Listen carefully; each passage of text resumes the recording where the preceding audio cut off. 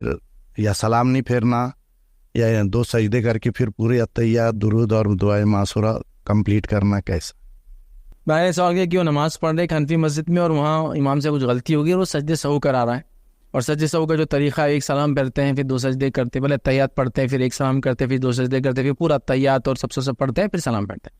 तो सवाल है हमने क्या करना? देखिए, अगर आप उनके पीछे तो आपको वैसा ही करना है, क्योंकि इमाम कोई एक्शन करे और आप उसके पीछे उसकी इक्तिदा ना करे तो फिर आपकी नमाज नहीं होंगी, इसलिए कि आप एक रुकन छोड़ रहे हो उसके पीछे। इमाम जो करता है हमको वही करना ज़रूरी है, उसको इसीलिए कहा जाता है मुक्तदी। मुक्तदी का माना तो जो इक्तिदा करता है, पीछे चलता है, जैसा वो करता है वैसा ये करता है, तो लिहाजा आपको वैसा ही करना है। ठीक। हुआ क्या कि वो 2 मसाइल को मिला के एक हल निकाल दिया गया। 3 अलग अलग तरीक़े सजदे सहू के, वो डिपेंड है गलती कैसे हो रही है। नमाज में अगर आपको सिर्फ शक हो कि मेरी नमाज में कितनी रकातें हुई, शक हो, यकीन नहीं है कुछ भी, तो आप जो चीज़ अच्छा लगता है उसको यकीन कर ले कि 3 यकीन करे, 4 जो भी आपको लगता है, उसके बाद आप सजदे सहू कर लें।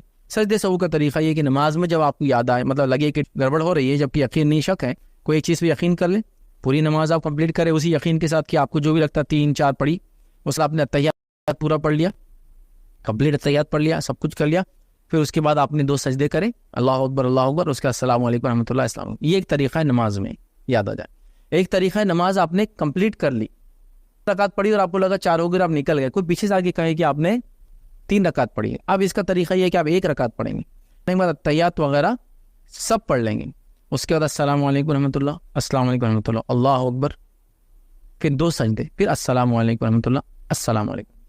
ये नमाज में आप कम पढ़ के निकल। अब नमाज ही आपने ज़्यादा पढ़ ली, 5 रकात पढ़ के निकल, किसी मतलब 5 पढ़ी आपने, आपको तो पता ही चला, तो आपको खाली 2 सजदे करना है।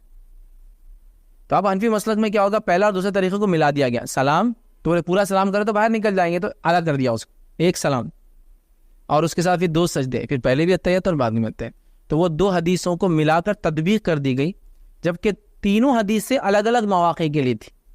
बहरहाल वो एक चूक है, नतीजतन वैसा आप ना करें, मतलब अपने पर्सनल लाइफ में जब आपसे गलती हो लेकिन इमाम के पीछे हैं तो आपको वैसा ही करना पड़ेगा। याद रखें। जैसा एक दूसरी मिसाल देता हूँ इसी गलती की, जो जिसको कहेंगे समझ, जिसको बोलते हैं फ़िक़्ह के अंदर हुई, कि नबी अकरम सल्लल्लाहु अलैहि वसल्लम ने फरमाया कि वित्र की नमाज को मगरिब की नमाज से अलग करो।